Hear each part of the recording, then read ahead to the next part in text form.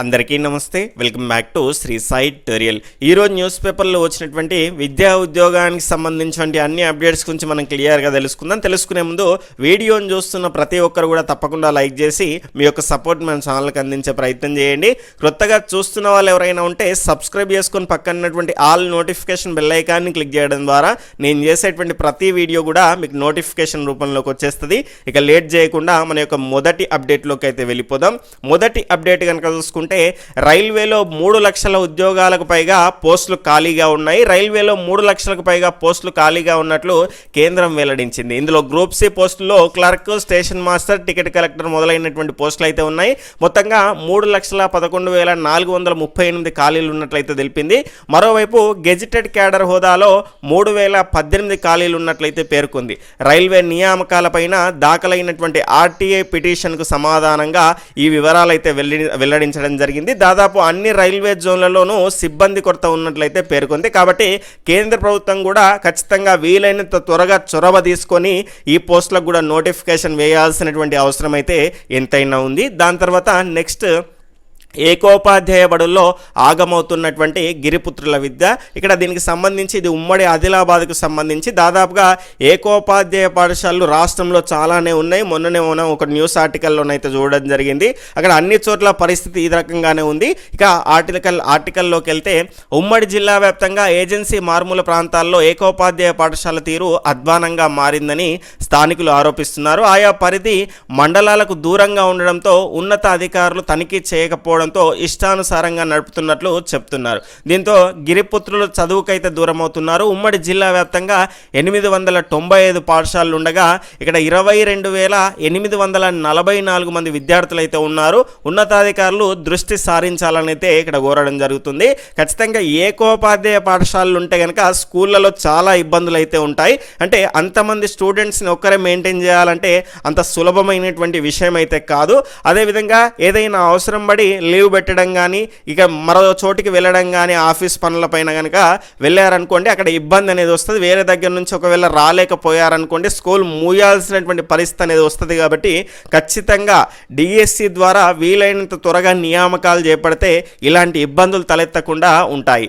దాని తర్వాత చాలామంది గ్రూప్ 3కి సంబంధించిన డేట్ వచ్చిందా అంటున్నారు. గ్రూప్ 3కి సంబంధించిన డేట్ అనేది రాలేదు. ఇక్కడ మనకు ఆగస్టు 29, 30న గ్రూప్ 2కు సంబంధించిన తేదీ అయితే రావడం జరిగింది, అనౌన్స్ చేయడం జరిగింది. అయితే వాళ్ళు ఏం చేస్తున్నారంటే మంత్ గ్యాప్ ఇచ్చే విధంగా చూస్తున్నారు. కాబట్టి ఇక్కడ మనకు న్యూస్ పేపర్లో కనుక చూసుకుంటే గ్రూప్ 3కి సంబంధించిన ఎగ్జామ్ అనేది సెప్టెంబర్లో ఉండడానికి అవకాశం అయితే ఉంది. దానికి సంబంధించి అప్డేట్ వస్తే కనుక మీకు వీలైనంత త్వరగా నేను తెలియజేసేటువంటి ప్రయత్నం అయితే చేస్తాను. తర్వాత మరొక ముఖ్యమైనటువంటి అంశం కనుక చూసుకుంటే 12 జూన్ 2023 కనుక చూసుకుంటే గ్రూప్ 1కు సంబంధించిన పేపర్ 6 తెలంగాణ ఉద్యమం అనేటువంటి ఎగ్జామ్ అనేది ఆ రోజునైతే నిర్వహిస్తారని మనకు ఎగ్జామ్ షెడ్యూల్లో ఇవ్వడం జరిగింది. అయితే ఇక్కడ వచ్చినటువంటి సమస్య ఏంటి అంటే జూన్ 12న స్కూల్స్ అనేటివి రీఓపెన్ అవుతాయి. కాబట్టి ఖచ్చితంగా ఎవరైతే గౌట్ టీచర్స్ ఉంటారో ఆ రోజు అటెండ్ అవ్వాల్సినటువంటి పరిస్థితి అనేది ఉంటుంది. కాబట్టి అయితే ఈ గ్రూప్ 1 ఎగ్జామ్ రాసేటువంటి వాళ్ళు కూడా చాలామంది టీచర్స్ ఉన్నారు. కాబట్టి వాళ్ళకి ఇబ్బంది అయ్యేటువంటి అవకాశం అయితే ఉంటుంది. కాబట్టి ఆ తేదీని మళ్ళీ మార్చడానికి ప్రభుత్వం పునరాలోచన చేయాల్సినటువంటి అవసరం అయితే ఉంటుంది. అలా కుదరని పక్షాన ఎవరైతే గౌట్ టీచర్స్ ఉంటారో వాళ్ళు గ్రూప్ 1 ఎగ్జామ్ రాయడానికి ఆ రోజు వెళ్తారో వాళ్ళందరికీ కూడా ప్రభుత్వం తరపున ఈఎల్ అనేది ఇప్పిస్తే కనుక ఖచ్చితంగా వాళ్ళు హ్యాపీగా ఎగ్జామ్ రాయడానికి అవకాశం అనేది ఉంటుంది. కాబట్టి మన యొక్క ఛానల్ ద్వారా గ్రూప్ 1 రాయబోయేటువంటి గౌట్ టీచర్స్ అభ్యర్థుల తరపున ప్రభుత్వానికి అయితే మనం విజ్ఞప్తి చేయడం జరుగుతుంది. ప్రభుత్వం ఈ అంశం పైన ఖచ్చితంగా దృష్టి సారించాల్సినటువంటి అవసరం అయితే ఉంటుంది. దాని తర్వాత మెగా జాబ్ మేళాని సద్వినియోగం చేసుకోవాలి. కరపత్రం ఆవిష్కరణలో ఎమ్మెల్యే మాధవరం కృష్ణారావు. ఇక్కడ కూకట్పల్లి నియోజకవర్గంలోని నిరుద్యోగ యువత మెగా జాబ్ మేళాని సద్వినియోగం చేసుకోవాలని కూకట్పల్లి ఎమ్మెల్యే మాధవరం కృష్ణారావు నిరుద్యోగ యువతకైతే సూచించారు. కూకట్పల్లి ప్రెస్ క్లబ్కు సంబంధించి Telangana union of working journalist ఐజై యునైటెడ్ వే ఆఫ్ హైదరాబాద్ సంస్థ సంయుక్త ఆధ్వర్యంలో కనుక చూసుకుంటే మార్చి 11న నిర్వహిస్తున్నటువంటి మెగా జాబ్ మేళా కరపత్రాన్ని క్యాంప్ కార్యాలయంలో ఎమ్మెల్యే మాధవరం కృష్ణారావు జర్నలిస్టు నాయకులతో కలిసి ఆవిష్కరించడం జరిగింది. అనంతరం నిర్వాహకులు మాట్లాడుతూ ఈ నెల 11వ తేదీన కూకట్పల్లి వివేకానగర్ కాలనీలోని ద్వాదశ జ్యోతిర్లింగ శివాలయం ప్రాంగణంలోని శ్రీ శ్రీ పుల్లూరి వాసుగారి కళ్యాణ మండపం మెట్రో పిల్లర్ నంబర్ 818 సమీపంలో మెగా జాబ్ మేళాను అయితే నిర్వహిస్తున్నామని అన్నారు. ఉదయం 9 గంటల నుంచి సాయంత్రం 4 గంటల వరకు నిర్వహించేటువంటి ఈ జాబ్ మేళాలో సుమారు 56 ప్రముఖ కంపెనీలు పాల్గొని నిరుద్యోగులకైతే ఇంటర్వ్యూలు అయితే చేయనున్నాయని తెలిపారు. 10వ తరగతి, inter, degree, PG, BTech, MTech, ITI, diploma, MBA, B pharmacy, D pharmacy, MCA విద్యార్హత కలిగినటువంటి నిరుద్యోగులు ఇంటర్వ్యూలకు హాజరు కావచ్చని తెలిపారు. ఈ కార్యక్రమంలో కనుక చూసుకుంటే మేడ్చల్ జిల్లా టీడబ్ల్యూజే అధ్యక్షుడు వీళ్ళంతా కూడా పాల్గొనడం జరిగింది. ఇక్కడ మెయిన్ అంశం ఏంటి అంటే ఈ జాబ్ మేళా కనుక చూసుకుంటే మార్చి 11 అయితే నిర్వహిస్తున్నారు. దానికి సంబంధించిన ప్లేస్ ఎక్కడ అంటే ఈ జాబ్ మేళా ఈ నెల 11వ తేదీన కూకట్పల్లి వివేకానగర్ కాలనీలోని ద్వాదశ జ్యోతిర్లింగ శివాలయం ప్రాంగణంలోని శ్రీ శ్రీ పుల్లూరి వాసుగారి కళ్యాణ మండపం మెట్రో పిల్లర్ నంబర్ 818 సమీపంలో మెగా జాబ్ మేళా అయితే నిర్వహిస్తున్నారు. మార్చి 11 డేట్. ఇంట్రెస్ట్ ఉన్నటువంటి వాళ్ళు ఎవరైనా ఉంటే ఇక్కడ ఈ అర్హతలు ఉన్నటువంటి వాళ్ళు వెళ్ళేటువంటి ప్రయత్నం అయితే చేయండి. పెరిగిన నిరుద్యోగ రేటు ఫిబ్రవరిలో 7.45% నమోదు. హర్యానాలో అత్యధికం, ఛత్తీస్గఢ్లో కనుక చూసుకుంటే అత్యల్పం. ఖచ్చితంగా ఇది కరెంట్ అఫైర్స్లో కూడా చాలా ముఖ్యమైనటువంటి అంశము. ఇక్కడ దీనికి సంబంధించి దేశంలో నిరుద్యోగ రేటు మళ్ళీ పెరిగింది. ఫిబ్రవరిలో 7.45%గా నమోదైంది. ఈ మేరకు బుధవారం centre for monitoring Indian economy ఇక్కడ సిఎంఐఈ విడుదల చేసినటువంటి గణాంకాల ప్రకారం అయితే స్పష్టం చేస్తున్నాయి. దేశంలో 7.45% నిరుద్యోగ రేటు అయితే నమోదైంది. పట్టణ నిరుద్యోగ రేటు కనుక చూసుకుంటే 7.93% కాగా గ్రామీణ నిరుద్యోగం వచ్చేసి 7.23% నమోదైంది. జనవరిలో 7.14% నిరుద్యోగ రేటు ఉండగా అది ఫిబ్రవరి నాటికి 7.45% అయితే పెరిగింది. దేశంలో అత్యధికంగా నిరుద్యోగ రేటు నమోదైనటువంటి రాష్ట్రాల్లో 29.4%తో హర్యానా మొదటి స్థానంలో నిలిచింది. ఇక్కడ 28.3%తో రాజస్థాన్ రెండో స్థానంలో నిలిచింది. 21%తో సిక్కిం కనుక చూసుకుంటే 17.1%తో జమ్మూ కాశ్మీర్ ఈ రకంగా మిగిలినటువంటి ప్లేస్ని అయితే ఇక్కడ ఆక్యుపై చేయడం జరిగింది. ఇక్కడ తెలుగు రాష్ట్రాల్లో నిరుద్యోగం అయితే స్వల్పంగా ఉంది అని మనకైతే ఇచ్చారు, కానీ చాలా దారుణంగా ఉంది. ఎందుకంటే చూస్తూ ఉన్నాం ఇప్పుడు పరిస్థితులు అనేటివి.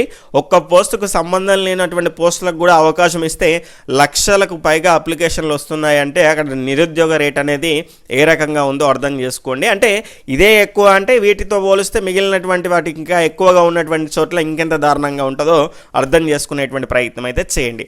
తర్వాత గ్రూప్ 2, గ్రూప్ 3కి సంబంధించిన దరఖాస్తు గడువు పెంచాలని మళ్ళీ అంతా అయిపోయిన తర్వాత ఈ అభ్యర్థులు అయితే మనకైతే విజ్ఞప్తి చేస్తున్నారు. ఇక్కడ ముందే అయిపోయిన వెంటనే దీనికి సంబంధించి ఏదైనా చేస్తే కనుక ఏదైనా అవకాశం ఉండేది, కానీ కంప్లీట్గా అన్నీ అయిపోయి క్లోజ్ చేసిన తర్వాత మళ్ళీ ఇచ్చేటువంటి అవకాశం అయితే లేకపోవచ్చు. ఏదైనప్పటికీ కూడా మనకు న్యూస్లో వచ్చింది కాబట్టి చూసేటువంటి ప్రయత్నం అయితే చేద్దాం. గ్రూప్ 2, గ్రూప్ 3కి సంబంధించిన దరఖాస్తు చేసుకునేందుకు గడువును పెంచాలని భారత ప్రజాతంత్ర యువజన సమైక్య డివైఎఫ్ఐ రాష్ట్ర కమిటీ డిమాండ్ చేసింది. ఈ మేరకు TSPSC కార్యాలయంలో అధికారులను బుధవారం ఆ సంఘం రాష్ట్ర సహాయ కార్యదర్శి జావీద్ నాయకులు నవీన్ కలిసి వినతిపత్రం సమర్పించారు. గ్రామీణ ప్రాంతాల్లో ఉన్నటువంటి నిరుద్యోగ అభ్యర్థులు సకాలంలో దరఖాస్తు చేసుకోలేకపోయారని తెలిపారు. ఇంటర్నెట్ సాంకేతిక సమస్యలు, ఇతర ఇబ్బందుల కారణంగా గడువు సమయానికి దరఖాస్తు చేసుకోలేక పరీక్ష రాసేటువంటి అవకాశాన్ని కోల్పోయారని తెలిపారు.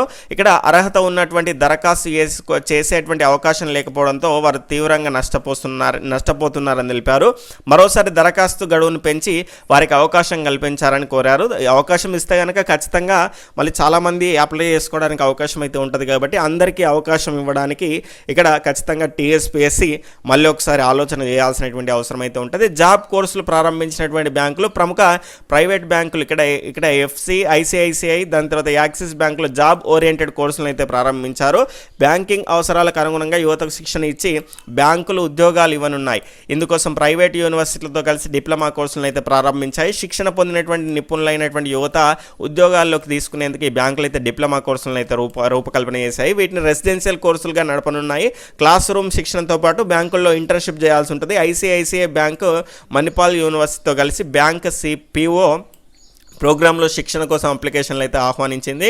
ఇక్కడ HDFC బ్యాంక్ అమితే గ్లోబల్ బిజినెస్ స్కూల్తో కలిసి డిప్లొమా కోర్సులను అయితే ప్రారంభించడం జరిగింది. 5 నెలల క్లాస్ రూమ్ శిక్షణతో పాటు 3 నెలల బ్యాంకులో ఇంటర్న్షిప్ చేయాల్సి ఉంటుంది. ఈ శిక్షణ పూర్తి చేసుకున్నటువంటి వారికి PG డిప్లొమా సర్టిఫికేట్ అనేది ఇస్తారు.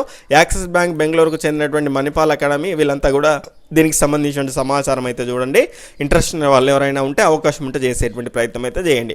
ఇక్కడ అంగన్వాడీ టీచర్స్ హెల్పర్స్ని ప్రభుత్వ ఉద్యోగులుగా గుర్తించాలి అంటూ సిఐటియు జిల్లా సహాయ కార్యదర్శి ఐలాపురం రాజశేఖర్ అయితే ఇక్కడ డిమాండ్ చేయడం జరిగింది. దానికి సంబంధించిన ఆర్టికల్ అయితే ఈ రకంగా ఉంది. కావాల్సిన వాళ్ళు స్క్రీన్ షాట్ తీసుకునే ప్రయత్నం అయితే చేయండి.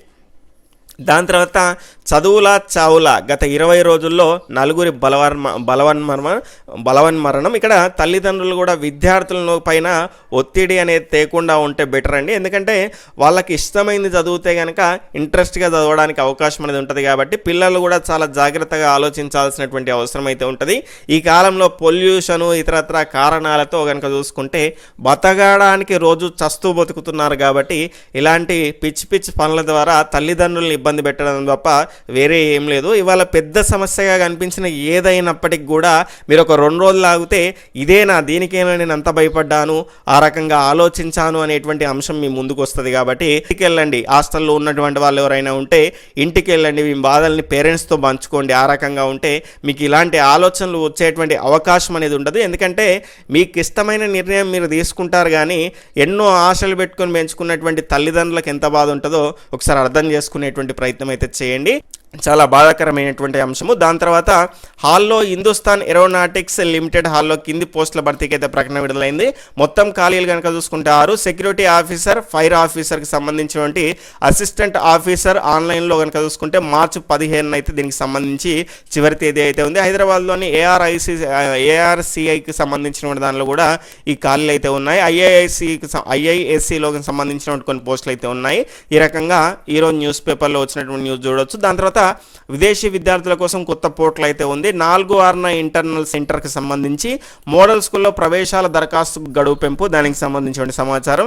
వెటర్నిటీ అసిస్టెంట్ సర్జన్ దరఖాస్తుల సవరణ. ఇక్కడ దీనికి సంబంధించి రాష్ట్రంలో వెటర్నిటీ అసిస్టెంట్ సర్జన్ పోస్టుల దరఖాస్తుకు ఈ సవరణకు TSPSC అవకాశం అయితే ఇచ్చింది. అభ్యర్థులకు 4 నుంచి 6 సాయంత్రం వరకు 5 గంటల లోపు అయితే తప్పులను సవరించుకోవాలని TSPSC కార్యదర్శి అయితే సూచించారు. చాలామంది గ్రూప్ 4, గ్రూప్ 3, గ్రూప్ 2కి సంబంధించి సవరణ కోసం వెయిట్ చేస్తున్నారు.